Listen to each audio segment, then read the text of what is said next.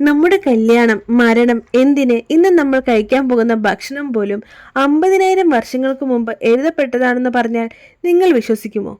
എല്ലാം വിധി പോലെ നടക്കട്ടെ എന്ന് നമ്മൾ പറയുമ്പോഴും ഉള്ളിൻ്റെ ഉള്ളിൽ ഒരു ചോദ്യമില്ലേ? എങ്കിൽ പിന്നെ ഞാൻ എന്തിനു കഷ്ടപ്പെടണം? എനിക്ക് എൻ്റെ വിധി മാറ്റാൻ പറ്റുമോ? സമാധാനപരമായ ഒരു ജീവിതം കെട്ടിപ്പടുക്കാൻ ഈമാൻ എങ്ങനെയാണ് നമ്മളെ സഹായിക്കുന്നത്? നമുക്ക് നോക്കാം.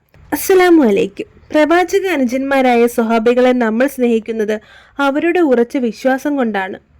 നമ്മളെപ്പോലെ ഇതെങ്ങനെ സംഭവിക്കും, അതെങ്ങനെ സാധ്യമാകും എന്നൊന്നും അവർ ചോദിച്ചിരുന്നില്ല. അള്ളാഹുവും റസൂലും പറഞ്ഞ കാര്യങ്ങളിൽ അവർക്ക് പരിപൂർണ ബോധ്യമുണ്ടായിരുന്നു. അതിൽ പ്രധാനപ്പെട്ട ഒന്നാണ് ഖദർ അഥവാ വിധിയിലുള്ള വിശ്വാസം. നമ്മുടെ ഈമാൻ പൂർണ്ണമാകണമെങ്കിൽ വിധിയെ വിശ്വസിക്കണം. ഇതിന് പ്രധാനമായും 4 ഘട്ടങ്ങളുണ്ട്. ആദ്യത്തേതാണ് എഴുതപ്പെട്ട വിധി. ആകാശഭൂമികൾ സൃഷ്ടിക്കപ്പെടുന്നതിനും 50,000 വർഷം മുമ്പ് അള്ളാഹു എല്ലാം ലൗഹുൽ മഹ്ഫൂദിൽ എഴുതി വെച്ചിട്ടുണ്ട്. ഒരു മരത്തിൽ നിന്ന് വീഴുന്ന ഉണങ്ങിയ ഇല എവിടെ വീഴണമെന്ന് പോലും അതിൽ കൃത്യമായി രേഖപ്പെടുത്തിയിട്ടുണ്ട്. രണ്ടാമത്തേതാണ് അറിവ്. അള്ളാഹു എല്ലാം അറിയുന്നവനാണ്. കഴിഞ്ഞു പോയതും നടന്നുകൊണ്ടിരിക്കുന്നതും ഇനി നടക്കാൻ പോകുന്നതും നടക്കാത്ത കാര്യങ്ങൾ നടന്നാൽ അത് എങ്ങനെയായിരിക്കും എന്നതുപോലും അവൻ്റെ അറിവിലുണ്ട്. മൂന്നാണ് ഉദ്ദേശം. അള്ളാഹുവിൻ്റെ ഉദ്ദേശമില്ലാതെ ഈ ലോകത്തൊന്നും സംഭവിക്കില്ല. നല്ലതായാലും ചീത്തയായാലും അത് അള്ളാഹുവിൻ്റെ അറിവോടെയും അനുവാദത്തോടെയുമാണ് നടക്കുന്നത്. 4. സൃഷ്ടിപ്പ്. അള്ളാഹുവാണ് എല്ലാത്തിൻ്റെയും ശ്രേഷ്ഠാവ്. നമ്മൾ ഒരു വസ്തു ഉണ്ടാക്കുന്നു എന്ന് പറയുമ്പോൾ നിലവിലുള്ള സാധനങ്ങൾ കൂട്ടിച്ചേർക്കുക മാത്രമാണ് ചെയ്യുന്നത്. എന്നാൽ ഒന്നുമില്ലായ്മയിൽ നിന്ന് സൃഷ്ടിക്കാൻ അള്ളാഹുവിന് മാത്രമേ കഴിയൂ. പലരും ചോദിക്കാറുണ്ട്, എൻ്റെ ഭർത്താവ് ഭാര്യ വിധിക്കപ്പെട്ടതാണോ, എനിക്ക് മാറ്റാൻ പറ്റുമോ എന്ന്.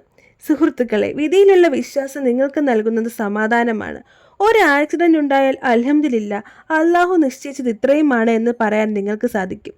നഷ്ടങ്ങളിൽ തളരാതിരിക്കാനും ലാഭങ്ങളിൽ അഹങ്കരിക്കാതിരിക്കാനും ഇത് നമ്മളെ പഠിപ്പിക്കുന്നു. മനസ്സിന് ശാന്തി നൽകുന്ന ഏറ്റവും വലിയ മരുന്നാണിത്. നമ്മളെ സൃഷ്ടിച്ചത് അള്ളാഹുവിനെ ആരാധിക്കാനാണ്. എന്നാൽ ആരാധന എന്ന് പറഞ്ഞാൽ പള്ളിയിൽ മാത്രം പോരിക്കുക എന്നാണോ? അല്ല. കയ്യിൽ വലിയ തസ്ബിമാലയും പിടിച്ച് മറ്റുള്ളവരെ കാണിക്കാൻ ദിക്ർ ചൊല്ലുന്നതല്ല ആരാധന. നിങ്ങളുടെ കുടുംബത്തിന് വേണ്ടി ജോലി ചെയ്യുന്നത് ആരാധനയാണ്. ഭാര്യയെ സന്തോഷിപ്പിക്കാൻ പുറത്തു കൊണ്ടുപോകുന്നത് ആരാധനയാണ്. രാത്രി എഴുന്നേറ്റ് നിസ്കരിക്കാൻ കരുത്ത് കിട്ടാൻ വേണ്ടി ഒരു കപ്പ് ചായ കുടിക്കുന്നത് പോലും ആരാധനയാണ്. ചുരുക്കത്തിൽ അള്ളാഹുവിന് ഇഷ്ടമുള്ള എല്ലാ കാര്യങ്ങളും ആരാധനയാണ്. ഇതെല്ലാം ശരിയായ രീതിയിൽ മനസ്സിലാക്കാൻ തൗഹീദ് അഥവാ അള്ളാഹുവിനെ ഏകനാക്കുക എന്ന അറിവ് അത്യാവശ്യമാണ്. ഇന്ന് പലരും സുന്നത്തിനെ പിന്തുടരുന്നവരെ വഹാബി എന്ന് വിളിച്ച് ആക്ഷേപിക്കാറുണ്ട്.